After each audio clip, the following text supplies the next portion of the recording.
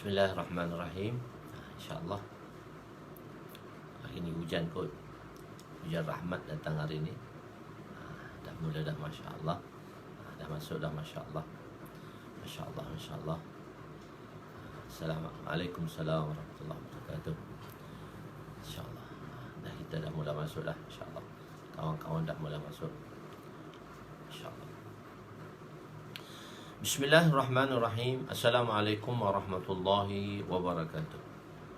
Subhanaka la ilma lana illa ma 'allamtana innaka antal alimul hakim wa la hawla wa la quwwata illa billahil aliyyil azim. Rabbi yassir wa la tu'assir wa tammim bil khair ya fattah wa bika nasta'in. Nahmaduhu wa nusalli wa nusallim ala rasulihil karim wa ala alihi wa ashabihi al-fatihina بهديهم إلى الحقيقة المجاذة أما بعد أعوذ بالله من الشيطان الرجيم بسم الله الرحمن الرحيم يا أيها الذين آمنوا كتب عليكم الصيام كما كتب على الذين من قبلكم لعلكم تتقون صدق الله العظيم وقال النبي صلى الله عليه وسلم لا يؤمن وقال النبي صلى الله عليه وسلم ما أوهي إلي أن أجمع المال وأكن من التاجرين ولكن أوهي إلي أن سبح بحمد ربك وكن من الساجدين وقال النبي صلى الله عليه وسلم نضر الله امرأ سمع مقالتي فوعاها ثم أداها كما سمع رب مبلغ أو آمن سامعين atau kama qala alaihi wassalatu wassalam. Jadi alhamdulillah, bersyukur kita kepada Allah Subhanahu wa taala dengan rahmatnya. Alhamdulillah, hari ini hari kelima kita berada di dalam bulan puasa. Semoga hari-hari yang mendatang memberi kebaikan yang lebih besar lagi pada kita. Dan di pagi ini pula, Masya Allah, kita dihujani dengan rahmat Allah Subhanahu wa taala sempena dengan 10 hari rahmat yang pertama. Alhamdulillah, insya-Allah kita akan menyambung kembali perbincangan kita di dalam kitab Midrajul Fawatih fi Syarh Mishkatil Masabih, dalam menguraikan serba sedikit tentang kitab Mishkatul Masabih. Pertanyaan Jibril alaihissalam yang pertama kepada Nabi. Semalam kita telah menceritakan macam mana situasi kedatangan Jibril, pakaian Jibril dan rambut Jibril, janggut Jibril yang hitam. Itu menandakan apa yang ditarjihkan oleh ulama-ulama. Hari ini adalah pertanyaan Jibril yang pertama. Akhbirni anil Islam, khabarkanlah kepadaku tentang Islam. Nabi SAW mengatakan, yang pertama tadi ialah Islam tu tentang rukun Islam lah. Akhbirni anil Islam. Pertama, at-tashhada an la ilaha illallah wa anna muhammadar rasulullah, yaitu la ilaha illallah. Pada dalam kalimah la ilaha illallah, di sini kita nak bincangkan tentang kalimah ilah.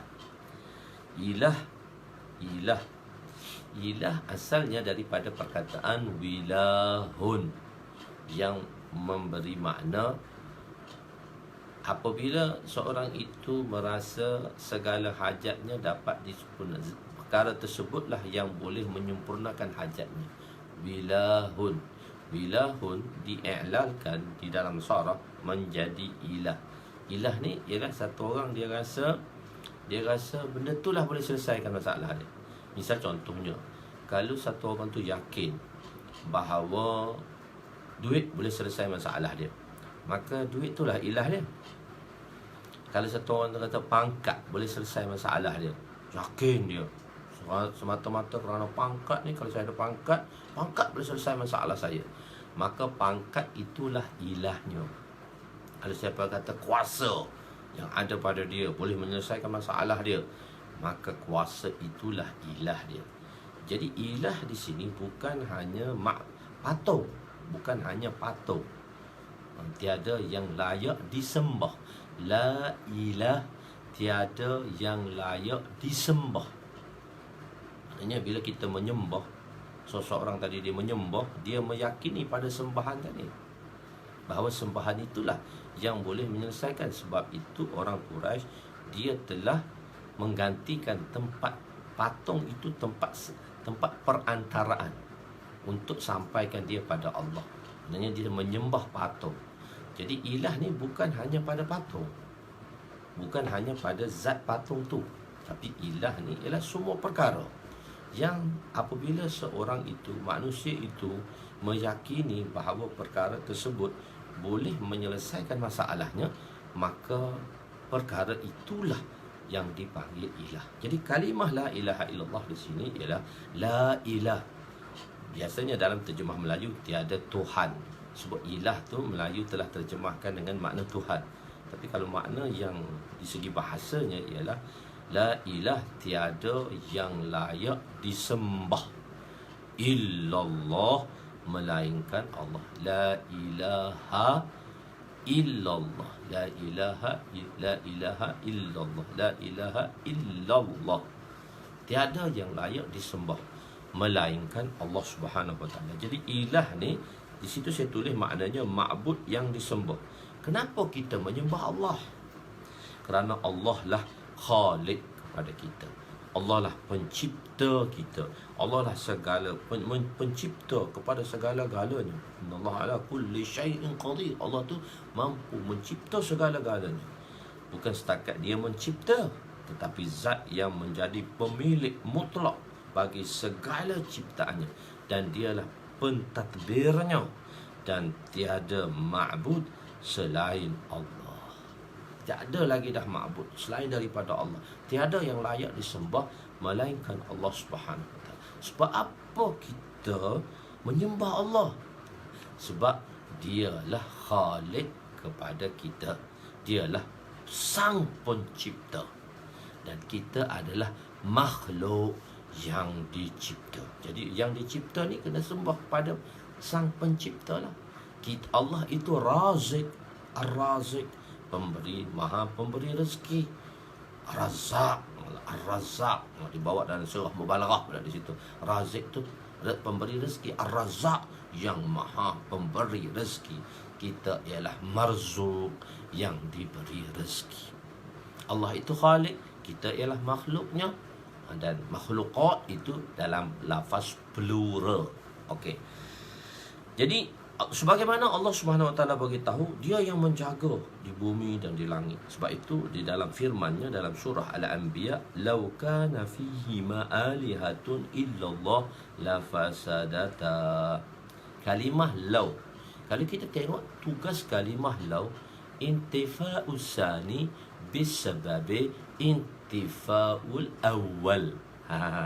Itu makna kalimah lau.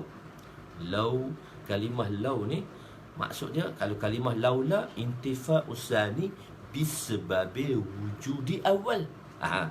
Ternafinya yang ternafi intifa'us sani, ternafinya yang kedua bisababi intifa'ul awal, kerana ternafinya yang pertama. Ternafinya yang kedua illallah, ternafinya yang kedua intifa'us sani bisababi, ni kita ngaji nahwu sikit lagi ni. Intifa'us sani bisababi intifa'ul awal, ternafinya yang kedua kerana ternafinya yang pertama. Ayatnya macam ni. Lau kana fihi ma alihatun illallah la fasadata. Kita terjemah. Kalau tidak ada, tidak ada di langit dan di bumi. Fihi ma ni dua-dua, langit dan bumi.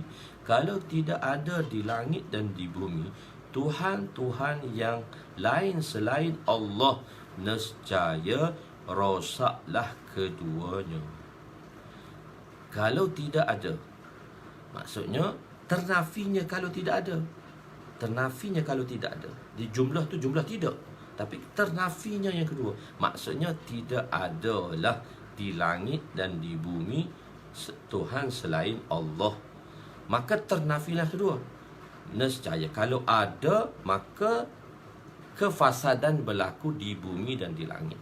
Jadi oleh kerana tidak ada ilah di langit dan di bumi kecuali Allah lah ilahnya, maka terpeliharalah bumi dan langit itu. Terpeliharalah bumi dan langit itu. So jumlah tu dia nafi. Jadi bila nafikan pada jumlah tu, nafi dia jadi isbat. Jumlah kedua pula jumlah nafi, maka nafikan pula jumlah kedua tu dia jadi isbat. Kita tengok pada kita, sebab itu dia konsep dia di sini, dia konsep kaedah di sini, intifa usani, ternafinya yang pertama kerana ternafinya yang kedua. Oleh kerana ayat pertama tu ayat nafi, maka ternafinya yang pertama, nafi tolak positif. Kalau kita ngaji matematik, tolak positif, tolak 4, tolak 6, dia bukan jadi tolak 2, dia jadi 10. Kalau guru matematik, kita pun mengaji matematik juga dulu. Jadi tolak 4, tolak 6, jadi 10. Dia tak jadi lain, dia jadi 10. Jadi ayat tu, kalau ada Tuhan di langit dan di bumi selain daripada Allah, kalau ada maknanya nafikan kalau ada. Tiadalah. Tiadalah. Maka tiadalah, ternafinya yang kedua, la fasadata, maka ternafi intifa'us sani. Jadi intifa'us sani itu apa dia maksudnya? La fasadata kata musnahnya bumi ini.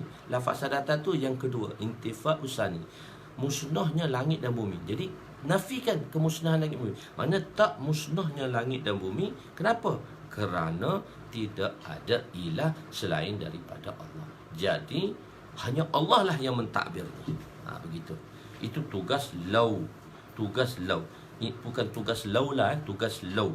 Tugas lau ialah intifa'us sani bisababi intifa'ul awal. Ternafinya yang kedua kerana ternafinya yang pertama. Maksud ayat ialah menafikan kewujudan ma'bud selain Allah. Kerana jika wujudnya ma'bud selain Allah, maka pasti langit dan bumi akan hancur. Jadi dengan tidak hancur, natijah dia, dengan tidak hancurnya langit dan bumi itu, kita tengok tak hancur lagi sekarang ni, membuktikan tiadanya ma'bud selain Allah. Tiada apa yang disembah kecuali Allah Subhanahu wa ta'ala. Ini dipanggil di segi ilmu tauhid. Jadi di segi akidah, ilmu akidah ini, ilmu ni sudah ada di zaman Nabi SAW, cuma tidak disusun. Tak disusun sebagaimana. Jadi 200 tahun ulama yang bermula di tahun ke-200 Hijrah tu, tahun kurun kedua Hijrah, iaitu ulama-ulama akidah telah menyusun ilmu akidah. Jadi ilmu akidah ni bukan ilmu baru, bukan ilmu bid'ah. Ada satu-satu golongan mendakwa belajar ilmu sifat 20. Ilmu akidah ni bid'ah. Ilmu sifat 20 ni wujud, hidam, baqa, mukhalafatu ta'ala lil hawadis, qiyamuhu bi nafsi, wahdaniyah, qudrat, iradat, hayat, apa semua tu, dia kata bid'ah. Ilmu ni baru, hak ulama-ulama buat saja. Ilmu ni bid'ah. Zaman Rasulullah tak ada. Zaman Rasulullah sudah ada dah. Basic ilmu akidah tu dah ada. Cuma tak disusun oleh ulama. Ulama tak susun lagi. Lepas tu tahun ke-200 Hijrah, ulama-ulama mutakaddimin daripada mazhab akidah, dia 200 tahun pertama. 200 tahun pertama hingga ke tahun ke-400. Dan 500 tahun kedua pertama, dah tahun 500, tahun kurun ke-5 hingga ke belakang ni dipanggil ulama-ulama mutaakhirin di dalam akidah. Di dalam akidah. Khair. Jadi dah menunjukkan adanya tauhid dah, ada dah ilmu akidah. Kenapa? Bila Nabi SAW berjumpa dengan seorang badui di tengah hutan, yang masa tu tak Islam lagi, Nabi tanya dia tentang tauhid. Seorang badui ditanya mengenai kewujudan Allah, maka dia menjawab. Badui ini duduk tengah pada pasir, tak ada sampai Islam lagi. Nabi jumpa dengan dia, maka ditanya tentang kepadanya tauhid. Tengok dia jawab. Ini sahibul fitrah. Ini sahibul fitrah. Orang yang terputusnya Nabi. Terputusnya Nabi itu dipanggil sahibul fitrah. Nabi tak datang pada masa itu. Jadi tauhid dia dipakai. Sebab apa? Dia akan menjadi satu persoalan di sini. Adakah orang yang mana Allah Subhanahu wa ta'ala, kita cerita ni dulu, baru kita akan cerita bab tauhid sikit nanti sini. Jadi dia jawab dengan akal. Dia jawab dengan akal. Satu dia jawab dengan nakal. Sekarang dia jawab dengan akal tentang kewujudan Allah Subhanahu Wa Taala. Badui itu kata apa? Innal ba'rata la tadullu 'ala al-ba'ir wa innal 'asara al-akdam la tadullu 'ala al-masir. فالسماء ذات الأبراج والأرض ذات الفجاج وبحار ذات الأمواج ألا يدل ذلك على وجود اللطيف الخبير. Adanya najis itu tanda adanya binatang. Dia sebab musabab. Tengok ada najis tu sebab apa? Sebab adanya binatang. Saya terjemah najis di sini. Ba'rah tu najis unta sebenarnya. Ba'ir tu unta. Unta ni dia boleh panggil ba'ir boleh, jamal boleh, macam-macam lagi. Jamal boleh, ibil boleh, macam-macam nama. Dan kalau unta yang muda tu dia bukan panggil jamal, dia panggil satu nama, lupa dah dalam hadis Nabi. Apabila unta Nabi bernama Qaswa kan? Unta Nabi bernama Qaswa. Unta Nabi ni bila berlomba, bila dia berlawan lomba, maksudnya dia berlomba satu sama lain, dia tak pernah kalah. Tak pernah kalah. Satu ketika zaman bila nak berlomba, orang Badui datangkan satu ekor unta muda untuk berlawan dengan Qaswa. Qaswa kalah. Naqah. Naqah. Siapa Faiz beritahu naqah. Okey. Tak apa. Jadi naqah. Jadi dia bawa naqah ni unta muda. Dia bawa unta muda berlawan dengan Qaswa. Jadi unta ni cerita lain saja, cerita bab unta tu. Sebab bagi orang Arab ni unta pun nama macam-macam jenis nama unta. Ibil, jamal, naqah, ba'ir, begitu. Macam nama-nama dia pun macam-macam dah nama unta ni. Khair, tak apa. Jadi naqah ni orang apa ni? Orang Badui tu mengatasi unta Nabi. Jadi orang sedihlah, kenapa unta Badui benang pula memenangi perlombaan daripada unta Nabi, sebab unta Nabi tak kalah. Nabi kata zaman Qaswa telah berlalu. Maksudnya Qaswa tu kena retire dah lah, kena tua dah. Dia kena terima lah ketuaan dia tu. Roda kehidupan manusia ni, dia roda kehidupan. Kadang dia di atas, lepas tu dia di bawah. So manusia kena menerima. Kadang dia muda, lepas tu dia tua. Tak ada dia muda sama. Nak muda sepanjang hidupnya, syurga je boleh mudanya. Di syurga saja kita boleh muda 33 tahun, tak tua-tua dah. Kat dunia ni tua dah. Kita duk rasa mudanya, tengok-tengok sekarang 52 dah. Tapi kalau ngamuk kita duk rasa kita budak lagi. Tapi 52 dah. Maka Nabi kata Qaswa zamannya telah berakhir. Qaswa zaman dia telah berakhir. Qaswa tak boleh menang dah. Qaswa tua dah. Qaswa nama unta Nabi. Gagah tu. Dia ni bukan zaman Qaswa dah. Jadi kalau hak tua tu letak jawatan lah. Bagi kau hak muda pula takbirnya. Begitulah. Maksudnya zaman dia tu dah habis dah. Zaman dia tu dah habis dah. Zaman dia tu habis dah. Ya tu lah, naqah tu memang unta lah, unta muda dia panggil, unta muda. Ba'ir ni unta tua dah. Begitu. Dia yang unta muda lagi. Jamal tu unta jantan. Ibil tu nama jenis-jenis unta. So nak beritahu Arab ni banyak nama lah. Okey, tak apa. Jadi ba'rah ni sebenarnya najis unta. Ba'rah ni najis unta. Ba'ir tu unta. Dia kata kenapa ada najis unta? Sebab ada unta buang najis.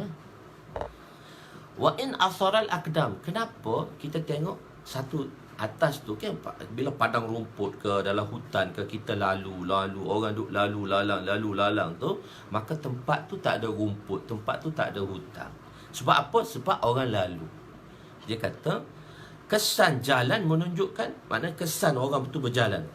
Dia punya tempat yang dilalui tu dah botak dah. Macam kita kat sekolah dulu, kita sekolah tu SID, orang Pasir Mas kenal kita SID. Jadi kita ada padang sekolah cantik je. Kita budak-budak kampung ni lalu daripada belakang. Kita budak-budak kampung lalu daripada kampung nak pergi ke sekolah, tapi terpaksa mengharungi padang sekolah. Kalau kita lalu kod tepi padang sekolah, jauh, sebab kita nak cari jalan shortcut, kita lalu tengah jalan. Macam buku ni kita lalu tengah jalan gini. Kita tak lalu tepi tu. Bila kita tak lalu tepi, guru besar pesan kat kita, jangan lalu tengah jalan. Padang tu jangan lalu tengah padang. Kamu hari-hari lalu tengah padang, 5-60 orang budak sekolah ni, pelajar ni, dia kata akan merosakkan kita punya padang. Gondol lah padang kita kat tengah padang bola kita tu, padang sukan kita tu gondol, tak tumbuh rumput sebab hari-hari kau duk lalu tengah. Kita pelajar ni mana nak dengar. Hari-hari lalu tengah, guru besar pesan 2-3 kali. Satu hari kita pun 5-60 orang pelajar mengharungi padang sekolah. Kita mengharungi padang sekolah. Guru besar dia datang awal. Dia tak datang macam guru-guru lain. Sebelum guru lain datang, dia dah datang lah. Hari tu guru besar, dia sembunyi di sebalik pokok mangga di depan pintu sekolah. SID, SID dulu lah. Okey, depan pintu sekolah. Lepas tu, depan pintu sekolah tu, kita pun lalu tengah ramai-ramai. Lalu ramai-ramai sampai tengah padang. Guru besar keluar daripada pokok mangga, angkat tangan. Makan tak habis lagi tu. Dah pesan dah jangan buat macam tu. Dah jangan pesan, dah buat macam tu. Kita pun dipanggil oleh guru besar. Kenapa? Ketuk ketampi. Saya ingat 100 kali seorang. Saya pun di antara yang kena. Maksudnya jalan tu, bila kita berjalan tu ada jalan. Jadi padang tu akan gondol bila ada jalan. Jadi kesan jalan menunjukkan adanya orang yang berjalan. Langit yang berlapis, kita tengok langit pertama, langit kedua, bumi yang terbentang, laut yang bergelora. Bagaimana ia tidak menunjukkan adanya zat yang maha lemah lembut dan maha mengetahui. Lihat dalam tafsir Ibnu Katsir. So, saya ambil kisah ni dalam tafsir Ibnu Katsir. Saya terlupa nak tulis muka surat apa pula dah dulu. Nantilah saya beritahu semula. Jadi saya ambil kisah ni dalam tafsir Ibnu Katsir nak beritahu bahawa adanya tauhid dah zaman dulu. Sahibul fitrah. Dia kata sahibul fitrah. Ni orang fitrah. Jadi ada langit dan bumi itu sahibul fitrah. Sahibul fitrah. Jadi mengenai akidah. Sebab itu ada golongan-golongan yang mengatakan golongan-golongan yang mendakwa lah, Wahabi dan sebagainya. Salafiyah mendakwa ilmu tauhid ni ilmu baru. Begitu. Hak disusun oleh Asy'ariyah dan sebagainya. Jadi tidak, sebenarnya susun ini susunan itu dulu. Jadi kenapa belajar PhD? Nabi tak belajar pun PhD. Tapi kenapa kamu belajar PhD hadis? Mana ada PhD hadis Nabi buat? Tak ada pun. Tapi belajar tu sebagai satu pengiktirafan. Orang ni ada CJ PhD. Orang ni ada master. Orang ni macam ni. Saya pernah jumpa satu orang profesor di India. Di Vellore, di India Selatan. Saya pergi dengan jemaah. Nama profesor tu Profesor Dastagiri. Nama dia. Tuan-tuan tahu tak dia ada berapa PhD? 33 PhD. Saya kata betul ke Datuk ni 33 PhD? Dia kata saya last PhD saya dalam chemistry, dia kata. Masa tu dengan saya dalam jemaah tu ada 2 orang doktor pengarah universiti, pengarah hospital. Dr. Ismail, dia pengarah hospital BJ masa tu. Dan suami dan Haji Sharif, dia bahagian engineer kapal terbang. Isteri dia pengarah kita keluar Jumaat Masturat masa tu. Isteri dia pengarah hospital asli. So ramailah hospital doktor. Saya pun tanya Dr. Ismail, doktor betul ke dia tu PhD 33? Saya tak percayalah. Maka dia kata last PhD dia bahagian chemistry. Lepas tu Dr. Ismail tanya bahagian ubat, dia jawab satu-satu. Saya kata betul lah Ustaz, dia hafal sebiji-sebiji. So kita tanya tu dia hafal sebiji-sebiji. Kita orang doktor pun tak hafal macam dia. So dia dakwa dia 33 PhD. 33 PhD. Kita nak buat satu PhD pun lambat, tersiap-siap lagi saya PhD ni pun. Banyak kerja lagi. Jadi Masya Allah di situ ialah jadi ilmu tadi kita cerita ke mana pula PhD nak bagi tahu PhD hadis. Macam mana ada PhD hadis, mana sono ada PhD hadis. Jangan semua satu iktiraf supaya manusia ni bila nak masuk tu ada, nak kerja tu kena ada CJ dia. Boleh kan kita usah kampung ni tak ada CJ tak boleh kerja lah. Ada yang mengajar kampung-kampung gini je lah. Okey dah tu. Okey, tak apa. Maksudnya di sini ialah dia mengatakan dan ada satu mendakwa. Ini isu yang hangat lah, yang memanglah cakap Urdu lah, Urdu बोलते हैं ना, उसमें अगर लोग नहीं जानते ना, अगर मलेशिया बोलते कि यार कैसे करेंगे वो लोग, मुझसे ये उर्दू बोलते हैं. Khair dah dia tu cakap, kata saya cakap Urdu masa tu. Khair tak apa. Jadi begini. Jadi ada yang mendakwakan ni masalah akidah ni. Masalah akidah. Iaitu sahibul fitrah. Dalam ilmu akidah kita ada Asy'ariyah, kita ada Maturidi dan Asy'ariyah. Mengenai Asy'ariyah, usul dan furu'. Asy'ariyah ni usul dan furu'. Asy'ariyah ni usul dan furu' dia terlepas apabila tak sampai Nabi ke atas mereka. Wa ma kunna mu'azzibina hatta nab'atha rasula. Kami tak akan mengazab satu kaum setelah kami menghantar Nabi ke atas mereka. Yakni kaum itu tak akan diazab. Jadi mengikut Asy'ariyah mengatakan orang tu dia terlepas. Orang yang mana dia sahibul fitrah ni dia terlepas daripada segi usul dan furu'. Tapi Maturidi kata furu' terlepas, usul tak terlepas. Usul ni maksudnya dari segi ketuhanan lah, dari segi tauhid lah. Furu' ni segi hukum ahkam. Hukum ahkam terlepas tetapi tauhid tak terlepas. Maksudnya apabila satu orang duduk dalam hutan, dia tak sampai seru. Sepatutnya kita kena sampai seru pada mereka supaya mereka Islam. Jadi dia tak sampai seru. Maka sekurang-kurangnya dia ni macam siapa? Macam badui tadi.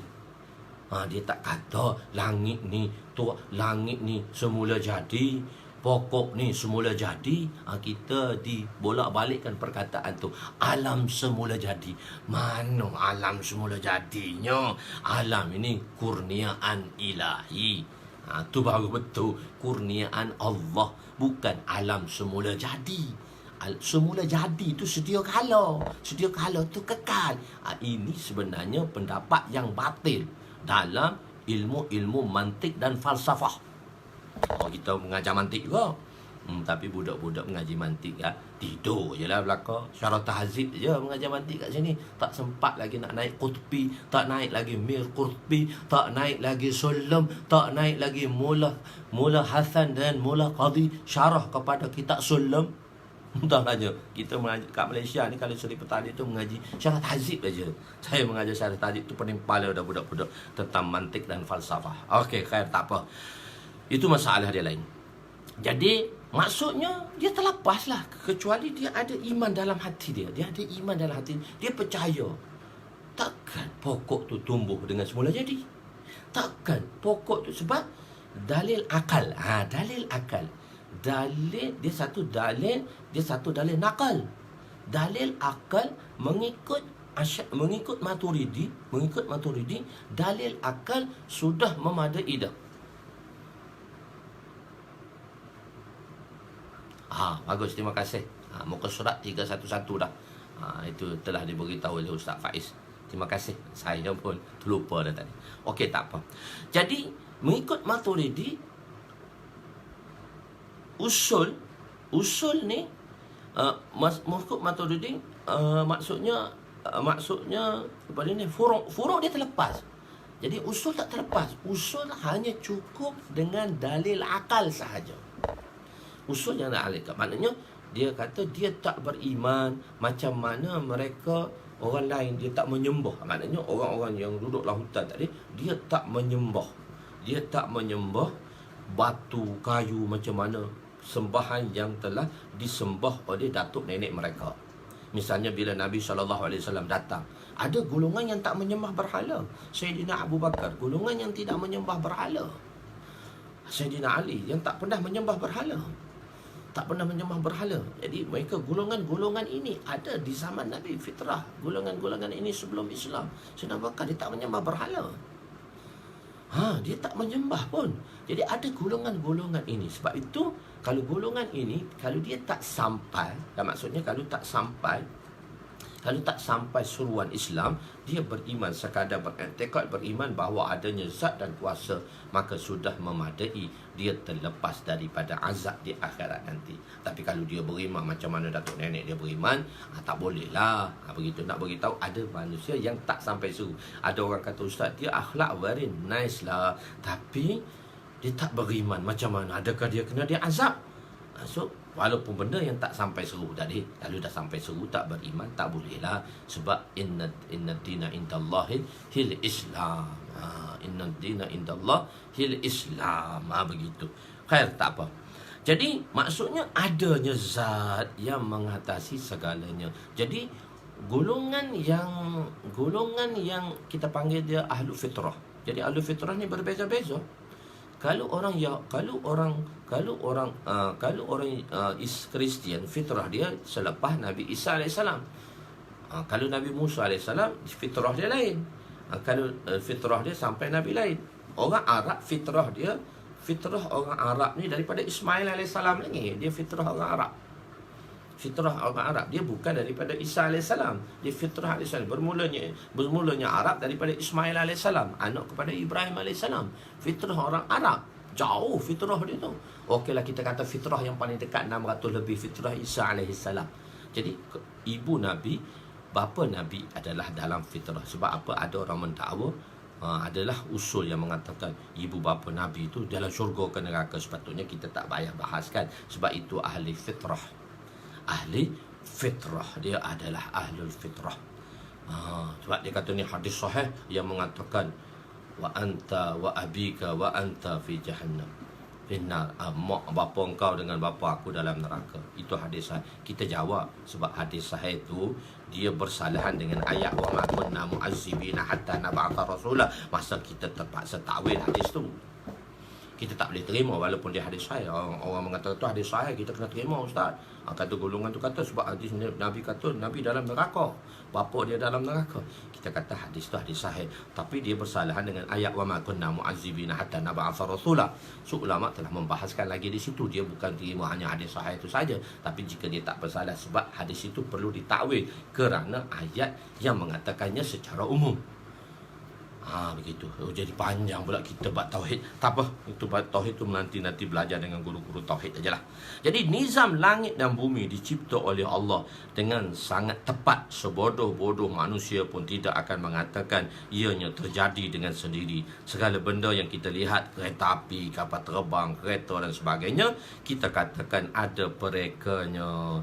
Jadi alam ini yang begitu besar dan sempurna, pasti ada penciptanya. Alam ni bukan ardun dah, bukan bumi lah. Alam ni creation, whole of universe. Itu alam, seluruh dunia, seluruh whole of universe. Alam ni besar. Tengok muka surat 340 dalam bab tauhid tu. Dia ada satu dalam muka surat 340.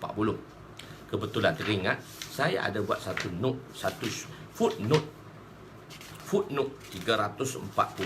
Tuan-tuan buka kitab 340, ada footnote. Dia ada footnote juga sikit-sikit. Tengok nak bagi tahu besarnya alam ini. Creation Allah Subhanahu Wa Taala ni besarnya, alam ni besar. Ni sampai sebenarnya dalam bab tauhid, tapi saya bawa itu dalam bab tauhid, tapi nak bagi tahu besarnya alam ini. Tengok, dilaporkan, kita buat footnote saja di sini. Dilaporkan bahawa NASA kan yang duduk berpengkalan di udara, telah menjumpai daripada jarak 12 bilion tahun cahaya daripada bumi ada satu bahagian awan yang mengandungi air. Dia jumpa ni. Bila jumpa ni? Pada 23 Julai 2011. Baru jumpa. Sedangkan Allah dah cipta dulu lagi. Ciptaan Allah Subhanahu Wa Taala ni. Dia jumpa apa dia? Satu awan. Awan ni air lah. Berjarak 12 bilion tahun cahaya daripada bumi. Sebab awan, turunnya hujan tu daripada awan. Sebab Allah jadikan awan tu yang menanggung air dan menurunkan hujan. Wa anzalna minas sama'. Dia kata, afara'aitum ma tahrusun, afara'aitum ma tanzilun. Apa ayat tu terlupa dah tu saya pun. Khair, turunnya hujan tadi. Antum anzaltumuhu minal muzni annahnu munzilun. Kau tengok hujan tu, adakah siapa yang menurunkan? Allah yang menurunkan, ataupun daripada awan. Begitu. Kan tak apa. Jadi awan ni dia berada 12 bilion tahun cahaya. Ini juga ciptaan Allah, creation. Allah Taala yang mencipta dia. Ber-12 bilion cahaya. Dan dalam awan tu ada air. Berapa air tu? Air, kandungan air dalam awan tu berapa? So dia kira dengan gelombang lah. Saya tanya ahli sains apa-apa, dia kira macam mana kita nak tahu tepat. So kami kiraan dia, ada kawan saya dia bahagian dia kira, dia kata kita kira dengan gelombang Ustaz. Ada cara pengiraan dia dengan gelombang. Okey, yalah kan gelombang tak asal lah.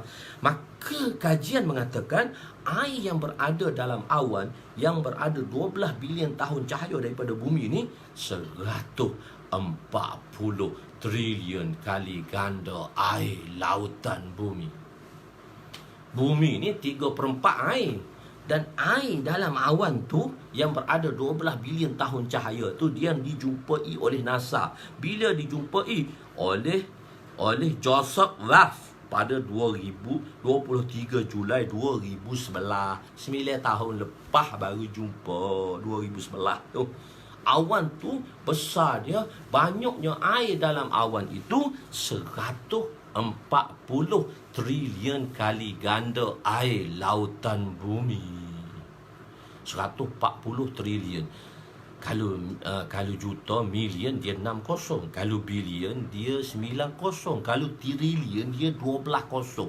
Tulis 140, tak tu tambah belakang lagi 12 kosong. 140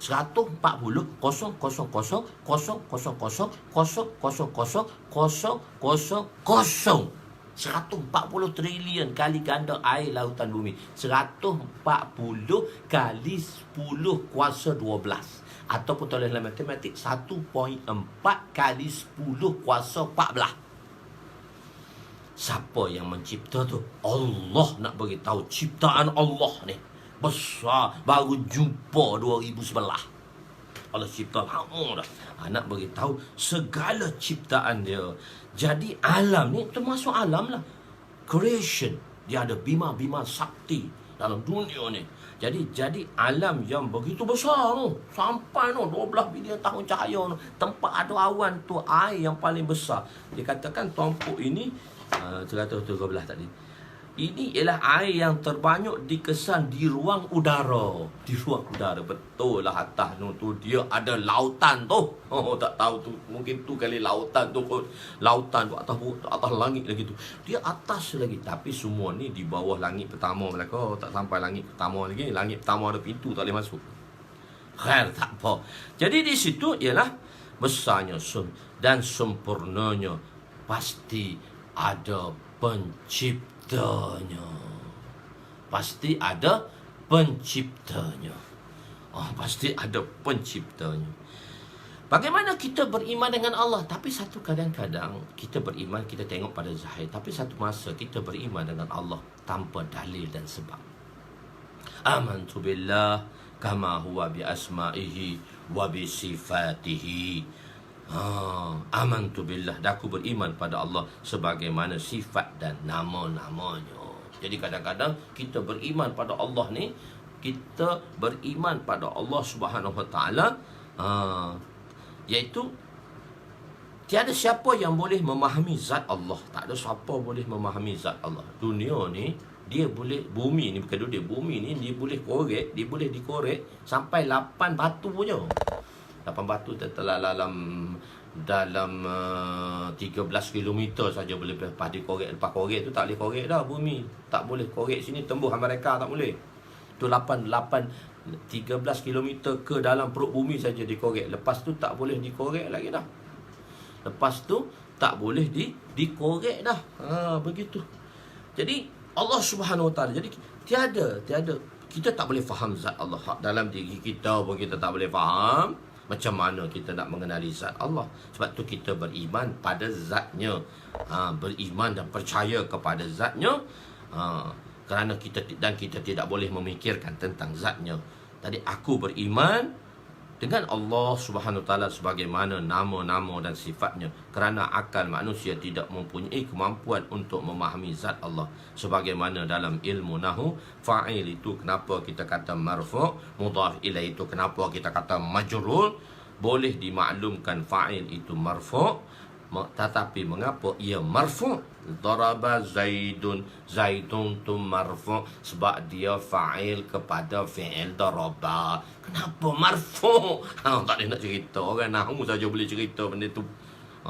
Benda-benda orang awam ni tak boleh faham. Orang-orang nahwu saja faham. Fa'il tu Zaidun tu marfu' tu kenapa? Sebab dia fa'il kepada daraba. Zaidan tu mansub tu kenapa? Sebab dia maf'ul kepada daraba.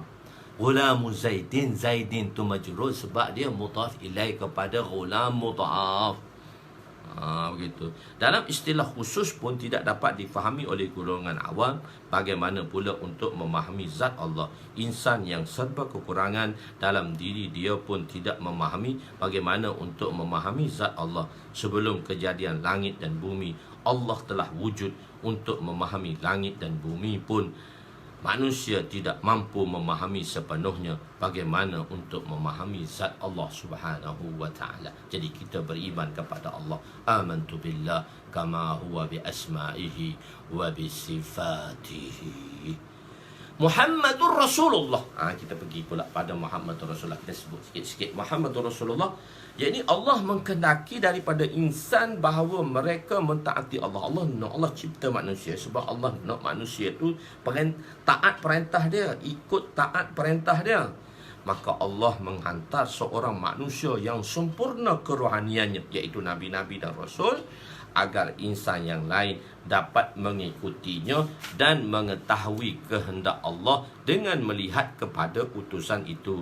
Oleh itu, Rasul perlu dihantar di dalam daripada golongan insan itu sendiri. Sebagaimana Allah Subhanahu Wa Taala berfirman, "Qul innama ana basyarum mislukum yuha ilayya annama ilahukum ilahun wahid."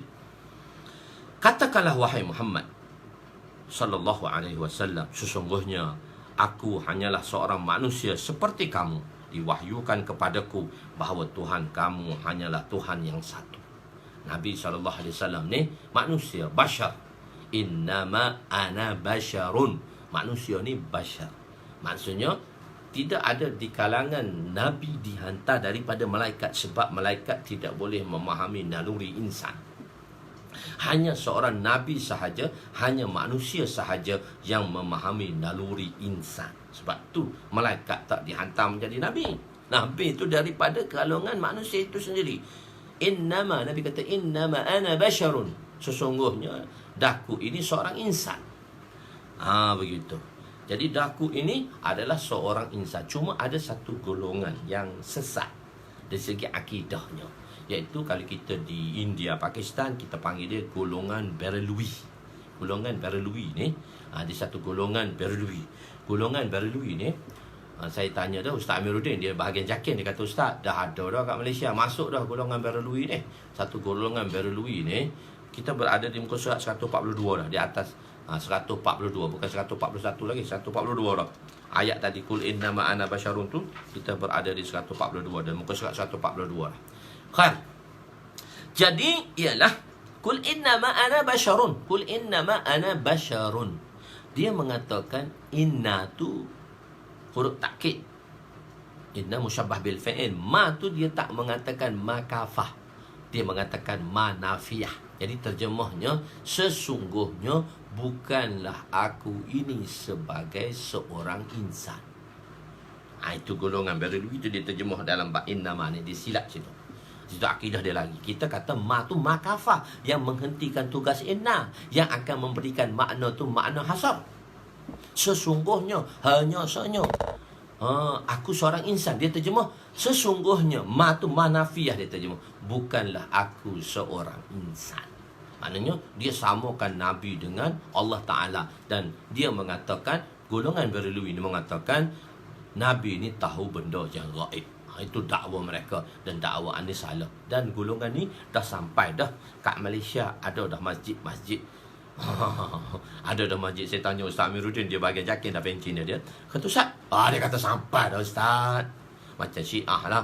Macam Syiah tu lama dah sampai ke Malaysia. Dia 30 tahun selepas tu baru meletup. Sebab kita dalam tahun 80-an tu, kita pergi di India tu, kita belajar di Pakistan tu, masa tu dah meletup lah. Tahun 87 dia meletup. Saya sampai di Pakistan belajar tahun 89. Lepas habis mengaji sekolah apa semua tu. Dan lepas bukan SID, saya pergi SIC lagi.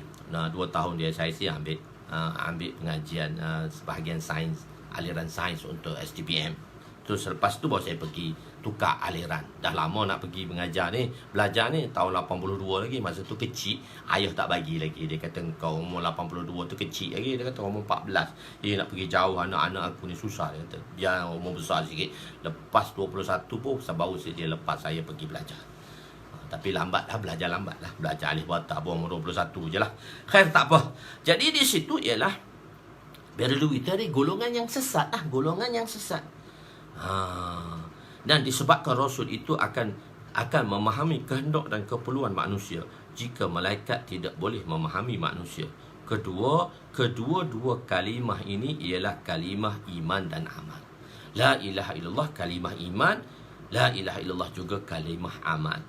La ilaha illallah juga kalimah Muhammadur Rasulullah juga kalimah iman, dan Muhammadur Rasulullah juga kalimah amal. Jadi biasanya kita sebut dalam dakwah, la ilaha illallah ni kalimah iman, Muhammadur Rasulullah tu kalimah amal. Tidak, tu dia mungkin tak tepat percakapan itu. La ilaha illallah kalimah iman, Muhammadur Rasulullah kalimah amal. Tak, la ilaha illallah adalah kalimah iman dan amal, Muhammadur Rasulullah juga kalimah iman, dan bukan setakat kalimah iman, tapi kalimah amal juga. La ilaha illallah ni kita kata kalimah iman. Kalimah amal pun boleh juga. Untuk mengamalkan kalimah ni pun kita kena amalkan kalimah. Sebab itu kita kena dakwahkan kalimah. Ya ayyuhallazina amanu aminu kama amanan nas. Berimanlah kamu wahai manusia sebagaimana sahabat beriman. Aminu kama amanan nas. Jadi berimanlah kamu daripada amanan nas. Berimanlah kamu sebagaimana kamu beriman kepada Allah Subhanahu Wa Taala. Aminu kama amanan nas. Jadi kita kena beramal juga dengan kalimah aksiru. Nabi kata aksiru ni amal kalimah. Dia ada satu ilmu. Dia kata ilmu ni dia ada maksud bizat dan ilmu yang ghair maksud bizat. Ilmu hukum ahkam maksudnya bizat. Ilmu hukum ahkam maksud dia bizat. Maknanya kita ilmu tentang puasa, maka maksud dia bizat, maka hendaklah kita berpuasa. Ilmu maksud la ilaha illallah, ilmu ni maksud dia ghair bizat. Ilmu maksud bizat, dia maksud ghair bizat. Silap. Ilmu ahkam ni ilmu maksud dia ghair bizat. Ghair bizat. Mana kita tahu puasa, kita kena berpuasa. Orang lain kena puasa, kita kena tahu puasa. Orang lain kena puasa, kita manusia tu puasa. Begitu. Dan la ilaha illallah ni maksud dia bizat. Untuk kita dapat kalimah la ilallah tu dalam zat itu sendiri, dalam zat kalimah tu sendiri. Sebab tu Nabi kata aksiru bizikri la ilaha illallah hatta yakulu majnun. Aksiru qawli la ilaha illallah hatta yakulu majnun. Hatta yakulu majnun. Berbanyakkanlah ucapan la ilaha illallah sehingga orang kata kamu gila. Perbanyakkanlah zikir la ilallah sehingga kata kamu gila. Kalau kita kata la ilaha illallah, kita duk atik tak? La ilaha illallah, la ilaha illallah. Orang kata gila. Tak, orang kata kita wali. Bila orang kata kita gila? Bila kita dakwah kalimah ni. Tuan-tuan, Allah yang menghidupkan kita, Allah yang mematikan kita, Allah lah yang segala-galanya. Tuan-tuan, Allah Subhanahu Wa Taala yang menentukan segala-galanya. Kita ni tidak ada apa-apa pun. La ilaha illallah, tak ada apa pun kita. Allah lah. Kita dakwahkan kalimah. Dakwah kalimah. Jadi dakwah pada kalimah itu, dakwah pada kalimah la ilallah tu sebenarnya maksud bizat tu. Untuk kita dapatkan iman, kita kena dakwah pada kalimah. Ma Rabbul Alamin? Fir'aun tanya Nabi Musa alaihissalam. Ma Rabbul Alamin? Dalam surah Syu'ara tu Fir'aun tanya, Ma Rabbul Alamin? Siapa Rabbul Alamin tu Musa? Cerita sikit. Musa cerita dakwah kalimah Rabbus samawati wal ard wa ma bainahuma in kuntum muqinin. Siapa Rabbul Alamin? Sebab Fir'aun dia telah mengaku ana rabbukumul a'la. Akulah Tuhan yang maha tinggi. Ana rabbukumul a'la. Maka Fir'aun dia telah mendakwa dia rabbukumul a'la, Rabb yang tinggi. Dan Nabi Sayyidina Musa alaihissalam mendakwahkan bahawa Allah itulah Rabbnya. Jadi dia nak tahu Fir'aun tanya Sayyidina Musa alaihissalam, Ma Rabbul Alamin? Siapa itu Rabbul Alamin? Rabbus samawati wal ard wa ma bainahuma in kuntum mukinin. Siapa Rabb tu? Dakwah kalimah, dakwah kebesaran Allah, dakwah mafhum kalimah. Dakwah mafhum kalimah itu maksud bizat untuk meninggikan iman kita. Sebab tu dalam dakwah kita dakwah kalimah. Sebab maksud bizat, dia bukan ghair maksud bizat. Hak benda lain tu, hukum ahkam, puasa apa semua dia tu, yang kita belajar tu dia ghair maksud bizat. Bukan ghair maksud bizat. Maksud dia amal. Hukum tadi, maksud dia amal. Amal dia pada ghair. Ni maksud amal ni pada zat itu sendiri. Kalimah itu. Dialah Rabbus sama. Dialah Rabb yang mencipta. Rabbus samawati wal ard. Di antara bumi dan langit. Dialah Rabb yang mencipta bumi dan langit. Wa ma bainahuma. Dan dialah Rabb di antara kedua-duanya. In kuntum mukinin. Jika kamu orang beriman. Ala tastami'un qala liman haulah. Berkatanya Fir'aun kepada pengikutnya, qala liman haulah ala tastami'un. Kau tak dengar tu Musa merepek aja tu. Dia kata Allah itulah Rabb petujuh taala. Akulah Rabbukumul a'la. Lepas tu dia kata ala tastami'un. Dia kata merepek je Musa tu. Dia kata kepada qala liman haulah. Dia kata kepada pengikut-pengikut yang dengar cakap dia tu. Yang tak ada hati perut tu, yang buta mata mereka itu, iaitu Qibtiyin lah. Orang-orang Qibti lah. Fir'aun tu pengikut dia Qibti. Nabi Musa AS pengikutnya Bani Israel. Begitu. Sebab tu Raja Qibti ialah Fir'aun. Raja pada Bani Israel. Raja Bani Israel ialah Aziz. Aziz tu bukan nama raja. Aziz tu ialah gelaran raja untuk Bani Israel. Azizul Mesir, Raja Mesir, Aziz, Raja Qibtiyin, Fir'aun, Raja Rom, Kaisar, Raja Farsi, Kisra, Raja Habsyah, dipanggil apa dia tu, Raja Habsyah tu? Raja Habsyah tu dia ada nama tu. Habsyah tu, Raja Habsyah tu ada nama dia, nama-nama Tutana. Masing-masing nama panggilan raja tu lain. Semua itu dalam Muslim, dalam syarah Muslim tu saya terlupa dah. Khair, tak apa. Jadi la ilaha illallah. Maka qala liman haulah ala tastami'un. Kau tak dengar tu Musa merepek aja tu. Nabi Musa dakwah lagi. Rabbukum, Raja Najasyi. Rabbukum wa rabbus samai. Rabbukum qala liman haulah ala tastami'un rabbukum wa rabbu abaikumul awwalun in kuntum ta'qilun. Rabbukum dialah Rabb kepada kamu. Dia yang cipta kamu ni. Wa rabbu abaikumul awwalin. Dialah cipta datuk nenek kamu sebelum ni. In kuntum ta'qilun. Jika kamu orang yang berakal. Jadi dakwah ni orang takut. Dakwah kalimah ni orang takut. Apa Fir'aun kata? Inna rasulakumul ladzi ursila ilaikum lamajnun. Sesungguhnya Rasul yang diutuskan kepada kamu tak lain dan tak bukan Majnun. Nabi-nabi bila mereka membuat dakwah sehingga orang mengatakan mereka Majnun. Sebab tu Nabi kata aksiru bi zikri la ilaha illallah hatta yakulu majnun. Wa fi qawli wa fi riwayatin aksiru bi qawli la ilallah, aksiru bi zikri la ilaha illallah hatta yakulu majnun. Kau kena cakap sehingga orang kata kamu gila. Bila nabi-nabi dikatakan gila? Bila dia cakap tentang mafhum kebesaran Allah Subhanahu wa taala. inna rasulakumul ladzi ursila ilaikum lamajnun. Jadi maksud dia dakwah kalimah ni, maksud dia bizat itu iman, kita kata. Iman kita pada kalimah ini, iman kita pada Allah ini, dan untuk kita memulihkan iman kita ada di dalam zat kalimah ini. Khair. Muhammadur Rasulullah. Jadi Muhammad Rasulullah juga kalimah iman. Maksudnya Nabi kata wa innahu la nabiyya ba'di, dalam riwayat Bukhari dan riwayat Muslim. Wa innahu la nabiyya ba'di. Wa innahu la nabiyya ba'di. Orang yang nak dapat kitab, sila hubungi saya di talian saya nanti, insya-Allah saya akan bagi tahu.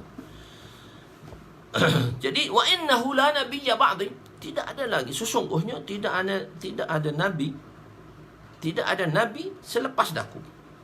Maksudnya kita kena yakin. Ini kalimah yakin ni, kalimah iman ni. Kalau siapa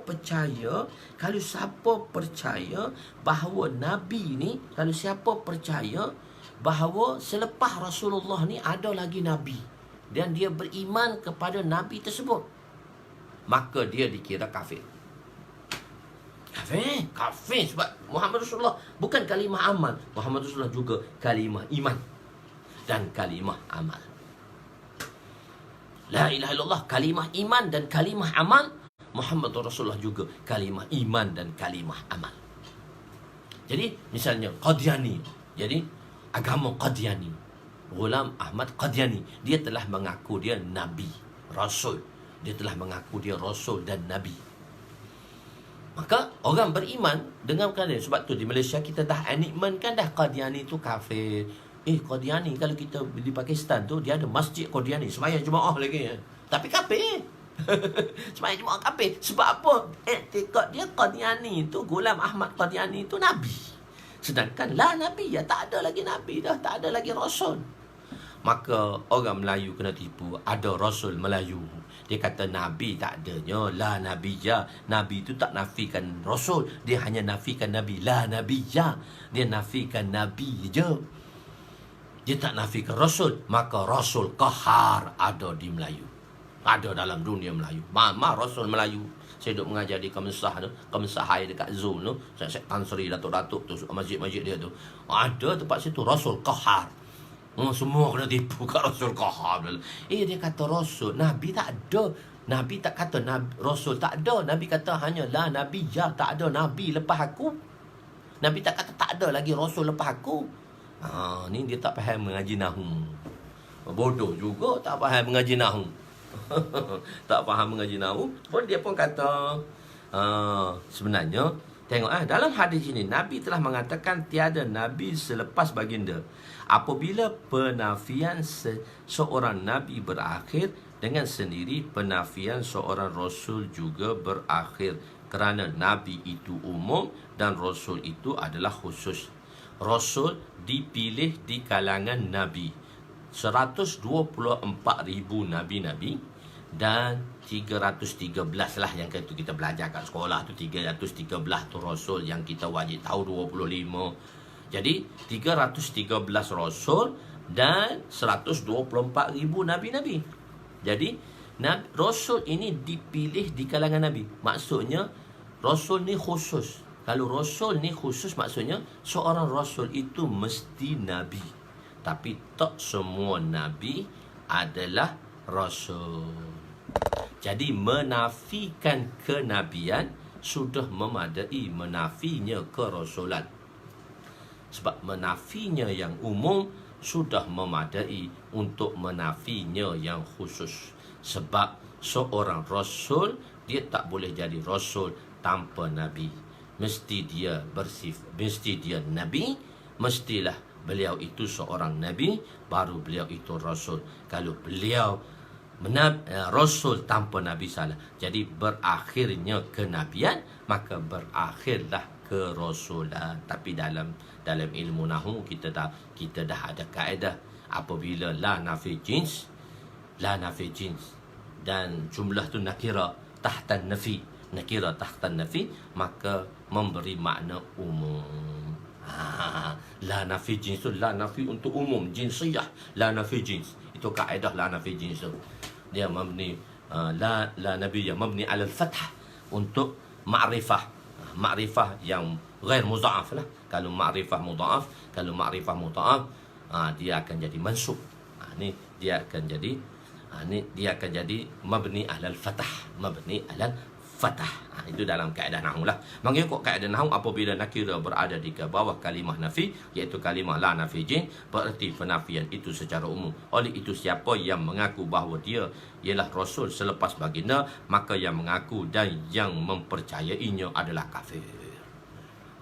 Habis dah. La ilaha illallah Muhammadur Rasulullah. Kedua, iqamatis salah. So, dalam bab solah ni berada di dalam jilid kedua secara detail di dalam Mishkatul Masabih, di dalam Midrajul Fafatih dalam jilid kedua. Sebab jilid pertama Kitabul Iman dengan Kitabul Ilmu dan Kitabut Taharah dalam jilid kedua, dan di dalam jilid kedua juga bermulanya separuh Kitabut Taurah, separuh kitab tu Kitabut Taharah, dan masuknya Kitabus Salat. Kitabus Salat sampai Sifatus Salat, masuk jilid 3 Sifatus Salat, duduk bab tasyahud. Begitu. Kan, iqamatis salah, mendirikan solah. Iqamatis salah. Apa maksud iqamatis salah? Kita sembahyang ada usalah, usalli fardu subhi. Tadi usalli fardu subhi adaan. Ada tu di antara takbir dan salam. Ada adalah takbir, bermulanya ada Allah dan Assalamualaikum. Itu ada. Tapi kita bukan hanya ada, kita diperintahkan iqamah. Bukan sekadar ada. Semasa ada, kita daripada takbir dan salam, kita nak sembahyang tu kita niat ada, tunai. Tetapi kita diperintahkan ialah iqamah. Iqamatis salah, iaitu terjemah dia mendirikan solat, bermaksud mendirikan perkara-perkara yang dilakukan sebelum solat, di dalam solat dan selepas solat. Maksudnya sebelum solat dah termasuk dalam iqamah. Sebab tu dalam fiqh babut taharah dulu, dimasuk taharah dulu. Sebelum ambil wudu tu kita kena taharah dulu. Taharah daripada hadas kecil dan hadas besar, iaitu di dalam iqamatis salah. Bab ambil air sembahyang, bab taharah, bab masuk tanda, kita panggil babut taharah dulu. Dalam fiqh dia bawa masuk babut taharah, baru dia mari bawa kitabus salat. Dalam untuk ada kitab babut taharah. Babut taharah tadi perkara-perkara sebelum solat lah, dan perkara-perkara di dalam solat, dan perkara-perkara selepas solat, iaitu wirid dan doa dan sebagainya. Berbeza dengan ada usalah yang hanya merujuk kepada perkara dalam solat, iaitu bermula daripada takbir sehingga ke salam.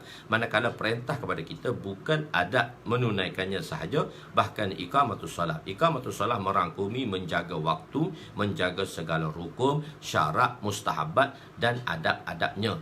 Seolah dan solah dari segi bahasa bermakna daripada perkataan soliya yasla, bak sami'a yasma'u, soliya sami'a, soliya sami'a, soliya sami'a, yasla sami'a, yasma'u yasla, sami'a yasla, sami'a yasma'u. Dengan makna lughawinya, di segi lughawinya ialah la yaslaha illal ashqa, dan tidak akan menderita bakaran melainkan orang yang sungguh celaka. Dalam ayat ini menunjukkan la yasla, maknanya memasukkan sesuatu ke dalam api, seperti memasukkan emas, logam emas ke dalam api supaya dihilangkan kekotorannya. Begitu juga apabila solat ditunaikan dengan segala dosa akan disucikan. Solat ni akan, mana segala dosa akan disucikan dengan kita mendirikan solat. Jadi maksudnya bahan api. Misalnya apabila kita masukkan besi, kalau kita belajar kat masa sekolah dulu, besi ni biji dia tu dimasukkan satu relau, nama dia relau bagas. Relau bagas ni dia akan bersihkan semua kotoran besi dan akan mengeluarkan pure besi. Macam emas lah, serbuk emas tu kita akan masuk, kita panaskan, kita akan hasilkan emas tuling 100% emas 999. Gitu. Jadi makna bersihkan dengan api tadi, bersihkan. Masuk solat ni Allah SWT akan bersihkan dosa kita. Innal hasanati yuzhibunas sayyiat. Hasanat ni salah satu contohnya solat lah. Sesungguhnya solat itu akan membersihkan dosa. Makna, dan satu lagi makna di segi lafzinya, lagawinya, tahrikun salawain, menggerakkan paha banyak, kerana menggerakkan dua paha kerana banyaknya pergerakan dalam solat. Kita akan turun naik, turun naik, turun naik, pergerakan banyak di dalam solat tadi. Maha suci. Maka inna salataka sakanul lahum, inna salataka sakanul lahum. Jadi doakanlah, jadi kata doakanlah untuk mereka, doakanlah untuk mereka, kerana sesungguhnya doamu itu menjadi ketenteraman bagi mereka. Dan ingatlah Allah SWT Maha mendengar lagi Maha mengetahui. Allah itu Maha mendengar lagi Maha mengetahui. Jadi itu maknanya solat ya. Dan solat juga memberi makna doa. Solat juga memberi makna doa. Solat ini juga memberi makna doa. Solat juga memberi makna doa. Doa itu di segi, sebab tu ada orang kata solat ni makna dia doa, jadi kita tak payah sembahyang lah, kita berdoa je lah. Itu salah. Itu dia.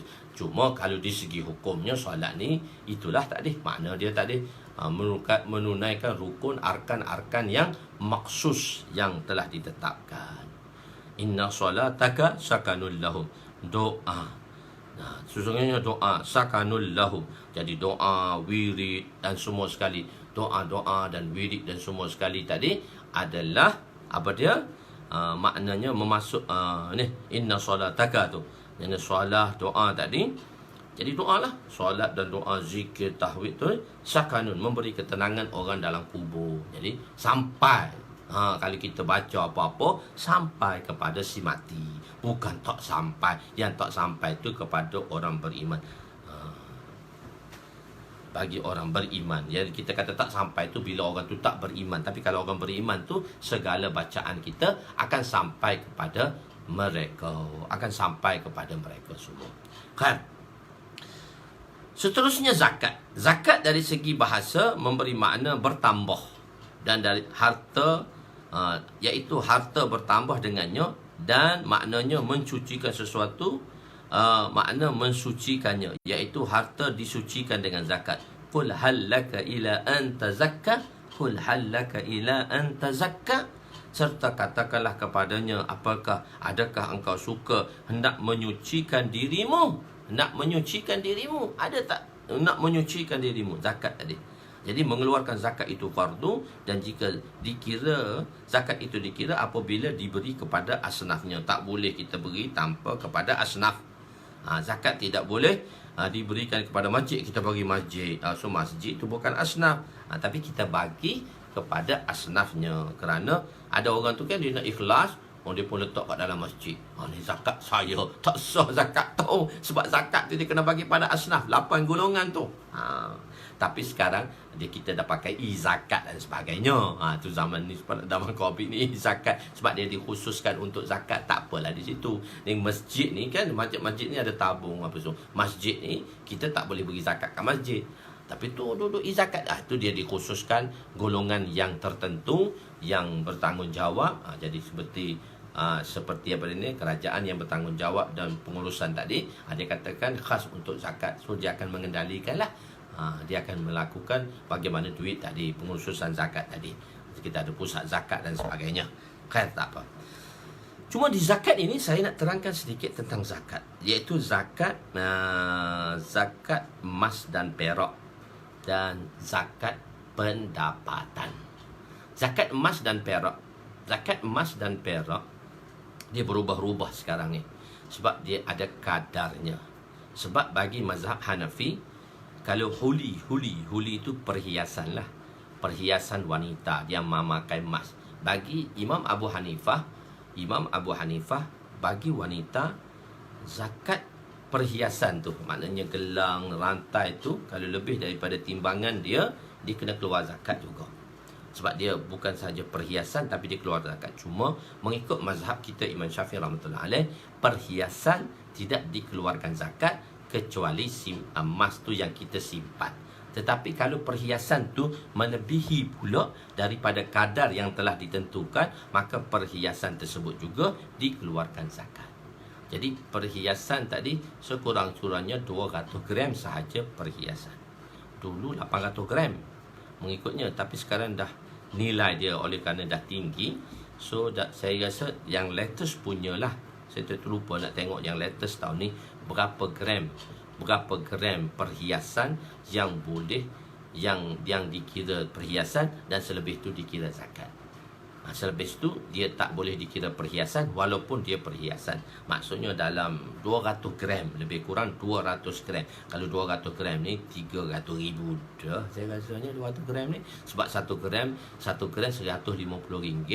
100 gram kali 1000, RM150 kali 1000, RM150,000 dah 100 gram tu.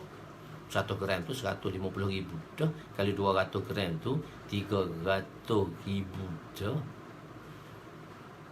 Sekilo, sekilo 300,000 tu sekilo, 150,000 tu sekilo. Kalau 200 gram tu dalam 30,000 lah, 30,000. So 30,000 je. Khair, tak apa. Maksudnya dia kena keluar zakat. Jadi misalnya kalau satu orang tu, biasanya orang tu dia banyak kan, dia banyak, maka dia pun simpanlah di tempat mana? Dia simpan di ar-rahnu. Jadi tiap-tiap tahun dia kena keluarkan daripada ar-rahnu tu. Dia kena pakai. Kalau dia tak pakai, perhiasan ni kalau tak dipakai, mengikut mazhab Syafi'i, kalau tak dipakai dalam masa setahun, disimpan saja di ar-rahnu, maka dia kena zakat sebab dia tak pakai. Hak dia kena pakai setahun sekali. Kalau orang tak nak bayar zakat perhiasan dia tu, daripada kadar tu, dia kena buat keluar daripada rahnu dia. Kalau sebab orang yang banyak duit lah, dia simpan di rahnu. Sebab dia kata kadar simpanan rendah. So dia kena keluarkan setahun sekali. So dia kena keluarkan raya lah. Bagi raya tu dia takkan nak pakai sini tangan penuh. Dia tu dekat sekilo dia nak pakai. Nah, pakaikanlah ke anak cucu ke. Tapi zaman Covid ni tak tahulah boleh buat keluar ke tak. Nak keluar tapi di bank boleh lah tu. Khair ar-rahnu. Khair, tak apa. Maksudnya kita kena perhatikan kalau dia buat perhiasan. Dan kalau zakat emas kena keluarlah, zakat perak dan sebagainya. Satu lagi, zakat pendapatan. Orang kata zakat pendapatan ni ikhtilaf lah, banyaklah perselisihan pendapat. Jadi kami dipanggil di dalam pemegang-pemegang tauliah ni dipanggil. Maka di situ diterangkan dalil dia kenapa zakat pendapatan ni. Zakat pendapatan ni, kenapa ada zakat pendapatan? Kita tengok, dia bagi contoh. Satu orang buat padi. Satu orang ni dia buat padi. Dia buat padi.